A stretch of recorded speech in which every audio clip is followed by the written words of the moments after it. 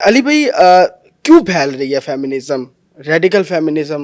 مطلب کہتے ہیں کہ مرد کا وجود ہی ان کو پسند نہیں ہوتا، اور اس سے ہم جنس پرستی بھی جو ہے وہ کافی زیادہ عروج پکڑ رہی ہے ہمارے ہاسٹلس کے اندر، ہماری یونیورسٹیز کے اندر. کیا ریزن ہے؟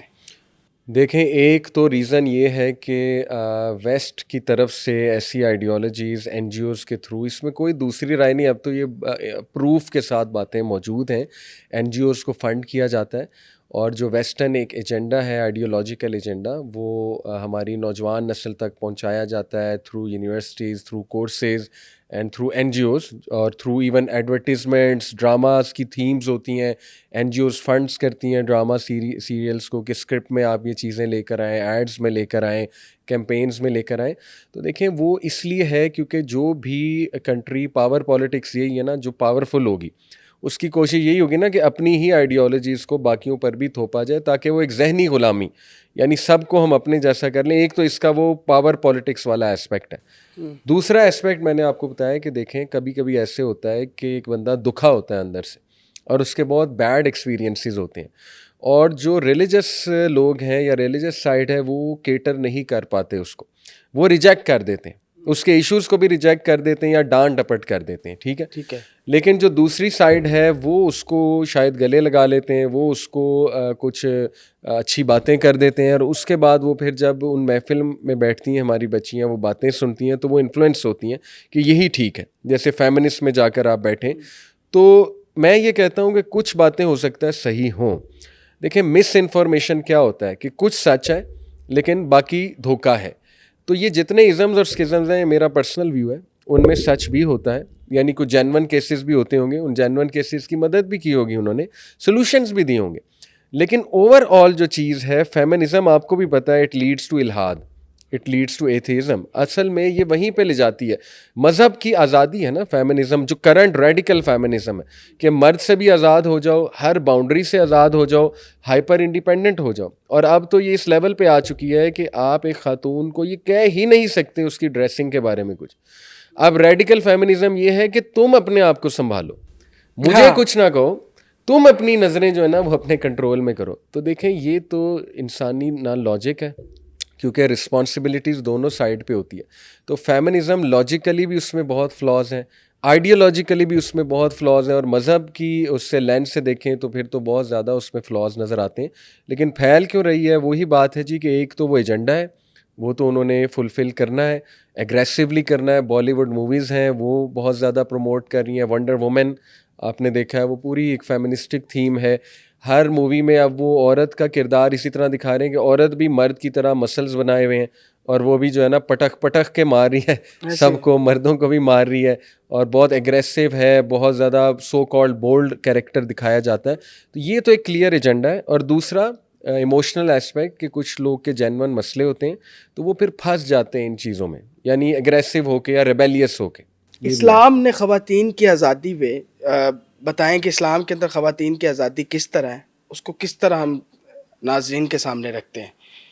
دیکھیے، اسلام از دی ریلیجن جس نے سب سے پہلے عورتوں کے بارے میں بات کی، ان دا سینس کہ اگر ہم یہیں سے شروع ہو جائیں کہ جو مکن سوسائٹی تھی اور اس سے پہلے کی جتنی اس دور کی جو سوسائٹیز تھیں، ہم نے اس سے کمپیئر کرنا نا. چائنیز سویلائزیشن تھی، انڈین سویلائزیشن تھی، اس میں ستی کی رسم تھی. چائنا میں چلے جائیں تو عورتوں کو کونکوبائن بنا کے رکھا جاتا تھا. آپ نے پرانی جو موویز دکھاتے ہیں اس میں بھی دیکھا ہوگا کہ کورٹس ہوتی تھی، اس میں کونکوبائن بن کے رہتی تھی. اسی طرح رومن سویلائزیشن میں چلے جائیں، اس میں پروسٹیٹیوشن کتنی عام تھی، عورت کو نہ انہیریٹنس میں کوئی شیئر تھا، یعنی وہ پبلک پراپرٹی تھی لٹرلی. سب سے پہلے اسلام نے آ کر ہی عورتوں کے حقوق کی بات کی. اصل میں مسئلہ ہمارا یہ ہے کہ ہم اسلام کو کمپیئر کر لیتے ہیں آج کے جو آزادی ہے اس کے ساتھ. آپ نے سب سے پہلے دیکھنا ہے اس دور کی جو سویلائزیشنز تھی اس کے ساتھ پہلے کمپیئر کریں نا.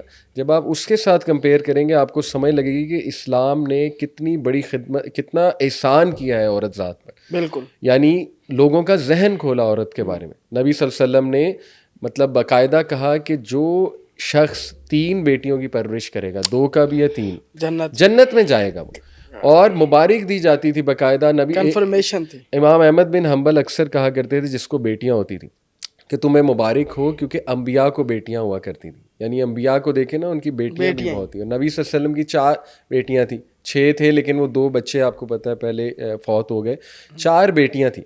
تو نبی صلی اللہ علیہ وسلم کھڑے ہو جایا کرتے تھے ایون حضرت فاطمہ رضی اللہ عنہا کے استقبال کے لیے, اور کتنی محبت انہوں نے شو کی. پھر دیکھیں نا انہیریٹنس میں شیئر, پھر مہر ڈیفائن کیا, پھر نکاح کو کتنا زیادہ اللہ نے اسٹرکٹ کر دیا کہ گواہ ہوں گے, اس کا ولی پیچھے ہوگا, عورت کوئی مذاق نہیں ہے. یعنی آج آپ دیکھیں ویسٹ میں اوپن ریلیشن شپس ہیں, اوپن میرجز ہیں اور لیو ان ریلیشن شپس ہیں, اس میں ولی کہاں ہے؟ ولی از نو ویئر. تو عورت کمزور ہے, عورت کے ساتھ کوئی بھی مس یوز کر کے ابیوز کر کے اسے پھینک دے, عورت کیا کر لے گی؟ زیادہ زیادہ کورٹ میں جائے گی. یہاں تو ایک کنبا پیچھے کھڑا ہوا ہے, ٹھیک ہے نا, ولی پیچھے کھڑا ہوا ہے. تو نکاح کو لیگلائز کس طرح اسلام نے کیا, پھر ووٹ کا رائٹ کس طرح سے عورت کو دیا.